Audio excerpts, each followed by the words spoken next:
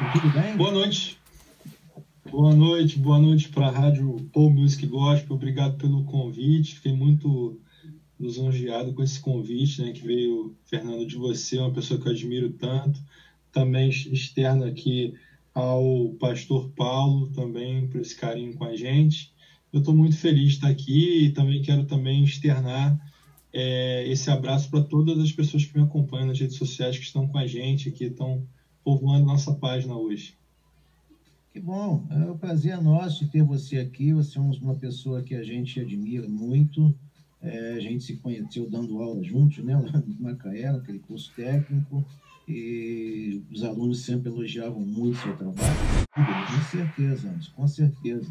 Diz uma coisa para mim, o que você pensa sobre a atuação legislativa, né? O que você pensa, qual é o papel que você imagina para um legislativo municipal, por exemplo? O que você pensa que seria o ideal?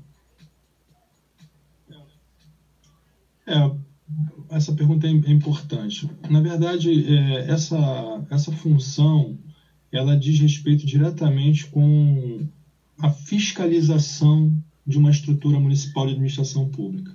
Você sabe que o Brasil tem 5.570 municípios e nos meus estudos eu observei muito fortemente a importância da Câmara Legislativa, da atuação dos vereadores em comissões, dos vereadores a partir da Lei Orgânica Municipal, da Lei de Diretrizes Orçamentárias, do cruzamento do Plano Plurianual da cidade junto às estratégias de governo.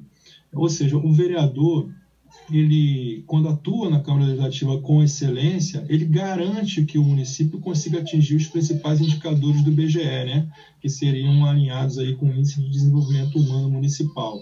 Então, falando por Macaé, eu percebo muitas vezes que a interface legislativa com as secretarias, se ela fosse um pouco mais, assim, afinada, né, nesses 200 e poucos dias aí de pré-candidatura, eu observo claramente que se tivesse um pouco mais afinadas, muitas vezes a gente não teria nem audiência pública.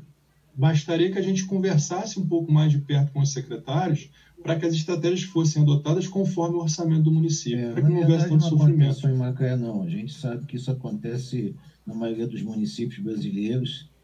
Não existe uma conversa, um diálogo muito bom entre as secretarias e o legislativo, né? Às vezes o diálogo é melhor entre o prefeito, né, o executivo, e o legislativo em termos de prefeito. Secretários realmente dificilmente acontece. Mas realmente você tem razão, isso aí seria o ideal, né? Como você vê a participação do cristão assim no ambiente político, Anderson? Sabe que recentemente eu respondi também para um outro órgão de imprensa a respeito disso. É um tema importante. Você imagine, não adianta, aquele que atua na linha da fé e que agrupa o seu rebanho, que ajusta as pessoas para que elas possam caminhar num caminho de paz e mansidão, normalmente, Fernando, ele não quer ver o seu rebanho, as pessoas que estão ali próximas a ele, não quer ver pessoas entristecidas, desempregadas, com enfermidades, com problemas. Eu acredito sim, porque existe eu acredito sempre na experiência de quem convive. Vou dar um exemplo para você. Uma das áreas que mais nutrem dificuldade de atendimento na gestão pública é o assistencialismo social, por exemplo. Nós vemos casos, por exemplo, em Macaé, de religiões, né, que se entregam de corpo e alma durante a noite, durante a madrugada. Eu tenho um vídeo durante a noite, onde eu, caminhando de bicicleta, eu vi diversas pessoas, moradores de rua, num período de muita chuva, durante a noite dormindo. Por quê? Porque não conseguiam chegar até os abrigos, não conseguiam ter acesso a algum tipo de alimento. E quando eu conversava com eles a respeito disso, eles diziam o seguinte: olha, a única maneira de eu comer, de eu poder ter acesso a alguma alimentação, é quando eu me desloco até uma praça para me alimentar, ou quando paro um carro aqui e me traz algumas quentinhas, um sopão, alguma coisa. Isso é muito triste, principalmente numa cidade onde a gente tem um orçamento tão alto e uma rubrica de plano plurianual tão forte relacionada à parte de assistencialismo social. Então, por isso que é importante que as pessoas que são cristãs, que elas se unam nesse propósito. Na verdade, o mundo, ele exige que nós sejamos unidos. Um sábio, uma pessoa que eu tenho muito respeito, certa vez me disse que nada é mais forte do que a força de uma equipe. Se nós trabalharmos unidos, a gente não vai ter fome, a gente não vai ter dor. O primeiro flagelo do mundo é a fome, o segundo a corrupção. Então, em alguns momentos, a gente ainda se vê no primeiro flagelo. Ficamos tão preocupados com o segundo, mas o primeiro ainda é uma falha muito grande que ainda existe muito perto de nós. Vamos falar um pouquinho da Covid-19. A gestão pública, como é que você acha que ela tem enfrentado essa questão do coronavírus?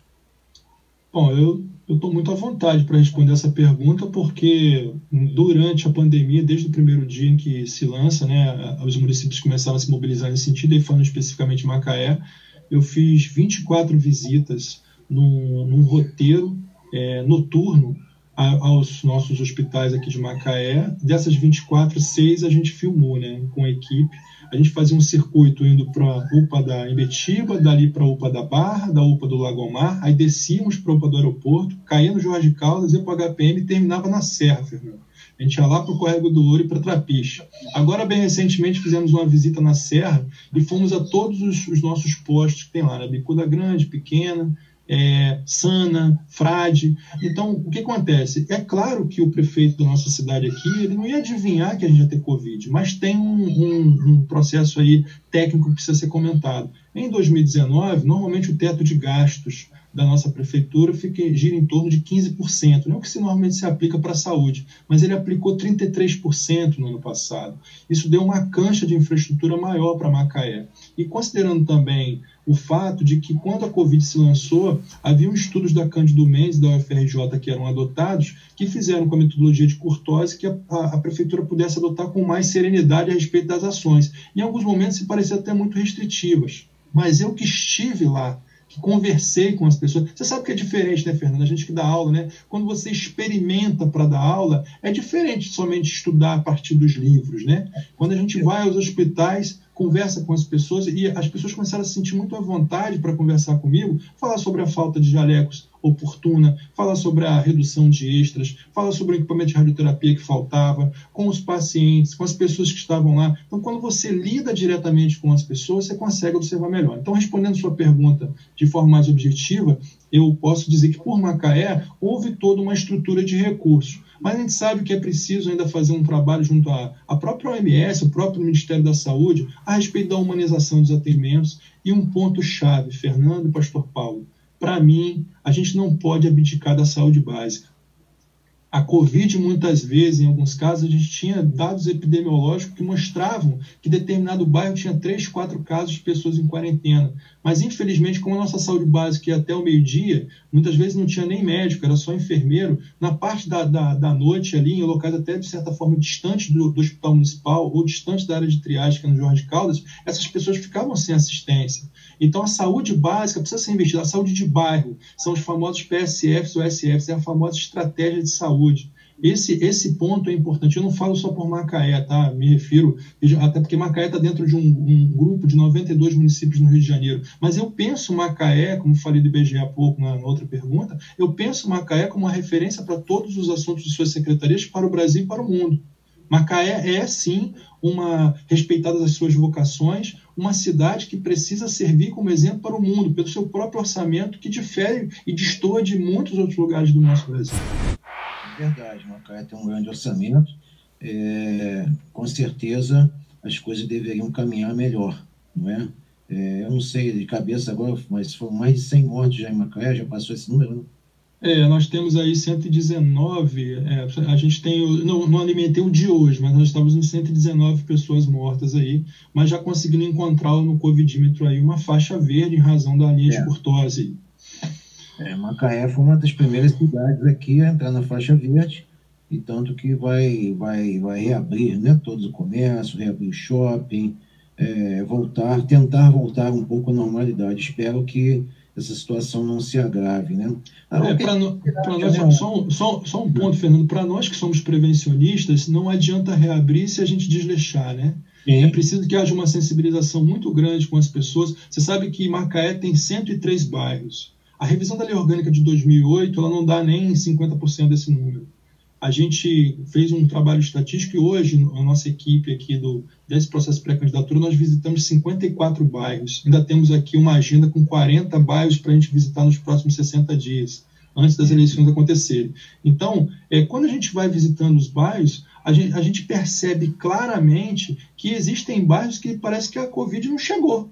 O bairro continua rodando, as pessoas estão interagindo. Eu vi que vocês comentaram há pouco a respeito das igrejas, né, que alguns municípios até simplesmente abriram essa cancha. Eu não sei se você está percebendo, mas como um pré-candidato a vereador, eu tenho que olhar para todos os bairros. Ainda existe uma máxima no processo de vereador, de vereança, do legislativo, de que a pessoa, para ser pré-candidato, candidato, seja lá o que for, ele tem que ser de um bairro só, para que se possa atingir um mínimo de votos. Eu, particularmente, estou fazendo esse trabalho com a minha equipe, um trabalho para que a gente entenda de toda Macaé, porque é assim que eu vou conseguir contribuir corretamente em todas as votações que assim surgirem. Vamos falar um pouquinho de retomada do crescimento, vamos falar em pós-pandemia. Qual o panorama que você observa aqui, não só para Macaé, mas como a nossa região, o nosso país? O que é que você tem enxergado? Você que trabalha na Petrobras, uma empresa grande, que tem uma série de estratégias já estudadas para isso, como é que você vê isso? Eu estou à vontade também para falar sobre esse assunto, porque acredito que por pessoas, né, parecidas comigo, que a Petrobras está em pé. A verdade é essa, ela passou por problemas complicados, você vê com um forte sistema de confidencialidade, um sistema de acompanhamento do seu rito estratégico, mesmo assim ela foi ferida, né, e precisava de pessoas como nós para fazer com que a empresa permanecesse de pé. Na Petrobras, a gente aprendeu fortemente, né, eu trago comigo a linha dos contratos. Né? O contrato tem que ter objeto, tem que ter escopo, tem que ter responsabilidade de quem contrata, da contratante. Eu tenho que correr atrás a respeito de observar corretamente um pregão, uma licitação, fazer com que as empresas sejam corretamente medidas. E aí, quando eu olho para isso, eu tenho que pensar como vereador, observando, né, como um pré-candidato a vereador, observando as questões que envolvem ao que cobra um legislativo, ao que um vereador precisa observar, o funcionamento exato das secretarias através do executivo com seus contratos, Fernando. Se eu não tenho isso, esse é o primeiro mote, saber fiscalizar.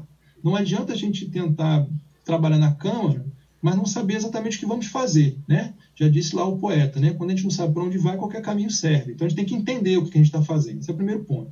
O outro ponto é que o vereador de hoje em dia, e aí eu estou olhando para o pós-Covid, ele precisa estar alinhado com o movimento empresarial da cidade. Macaé tem 300 empresários do grupo Repensar Macaé. Eles se juntaram, agruparam algumas ideias, construíram dessas ideias 18 propostas. Essas 18 propostas, elas lidam com 10 áreas macroeconômicas do município. Eu tive muita sorte, porque estou dentro de uma coligação, e hoje estou ligado ao Partido Solidariedade, então eu estou junto com o Maxwell Vaz, nosso pré-candidato a prefeito Silvinho, são pessoas que estão lidando diretamente com os empresários de Macaé. Então isso facilita muito para a gente, a própria coligação da gente. Então quando a gente está indo aos bairros, vou dar um exemplo para você. Nós temos bairros em Macaé que estão 15 anos sem água. É pró-rata, não é invasão. Nós não estamos falando de uma pessoa que não pagou uma pró-rata. São 15 anos sem água, vivendo de caminhão-pipa, pagando do bolso. Nós temos bairros em Macaé, por exemplo, a Serra de Macaé, na visita que fizemos, pessoas tendo que ir para locais específicos para poder falar o telefone, porque não tem uma rede de telefonia para as pessoas poderem falar o celular. Imagina um momento de pandemia, você não conseguir falar com os seus familiares, você tem notícia, tem que ir para um ambiente embaixo de uma árvore específica, é lá que consegue pegar o seu sinal. Isso não pode mais acontecer. Isso não tem mais na proficiência administrativa de um município. Você não pode deixar uma coisa dessa acontecer. O trabalho de um vereador, hoje em dia, o vereador de hoje, ele não pode descolar da parte empresarial estratégica de uma cidade. Se ele desconhecer isso, ele não sabe o que está votando. E o que sabe que começa a acontecer, Fernando, Pastor Paulo? Você, quando não sabe o que o município está fazendo, qual a estratégia municipal, você não sabe exatamente o que está fazendo. Vou dar um outro exemplo rápido. Nós temos um caso, por exemplo, Macaé quer se transformar na cidade da energia. A nossa Associação Comercial Industrial do Comércio tem um trabalho de recuperação do comércio, não somente para agora, mas também para o pós-Covid. Nessas linhas de raciocínio, nós que pleiteamos uma oportunidade um dia como vereadores, a gente precisa entender perfeitamente quais são esses movimentos. Então, se Macaé não quer ser mais a cidade do petróleo, quer ser cidade de energia, o que ela está fazendo? Estão chegando 2 termoelétricas, estão chegando 8 outras termoelétricas através de outorgas. Beleza, essas termoelétricas vão atender a quem? E o porto? Como é que a gente faz para duplicar? Se eu tenho um problema com a duplicação da BR-101, eu afeto o porto. Então eu tenho que saber, não somente pleitear e votar. E o que eu percebo também, eu não sei se é a percepção de vocês, colegas aí, mas às vezes me parece que as pessoas estão mais perturbadas e voltadas para reclamar do processo do que propriamente prover soluções. E aí volta-se aquela questão que você perguntou sobre o cristão, né? Aquele que carrega Jesus com ele sabe que não adianta ficar reclamando. Você tem que buscar uma solução. É isso que você tem que fazer. É claro que vão haver momentos em que a porta se fechará. As pessoas vão chegar para você e vão dizer, olha, não conseguimos fazer isso, tá bom, para esse orçamento não. E aí eu finalizo com um exemplo simples, né? Visitei uma comunidade agora, Piracema, e a gente sabe que ela foi crescendo. Você imagina, Macaé tinha 30 mil moradores com área pesqueira e salta para 250 mil moradores com a chegada do petróleo. Gente, de 30 mil para 250 mil, os bairros foram crescendo. Uma vez que os bairros foram crescendo, o que aconteceu? Mas aí você colocou lá ofícios para ajudar uma área que pode ser até chamada de uma área de invasão. Eu quero pensar em desenvolvimento para aquela cidade baseada nos municípios que transformaram áreas de invasão em grandes locais de desenvolvimento para as pessoas. Entendeu, Fernando? Eu não posso olhar para o problema e desistir dele. Eu tenho que buscar resolver esse problema. Dar qualidade de vida digna a todos, né? Independente da situação econômica. Ninguém vai morar em invasão porque quer. A pessoa vai morar em invasão porque não tem outro jeito, né? É ali onde ele conseguiu. Eu conheço pessoas aqui que moram em invasão porque foi onde conseguiram um pedacinho de terra para levantar sua casa, já que o preço dos terrenos aqui na nossa região é caríssimo, é altíssimo.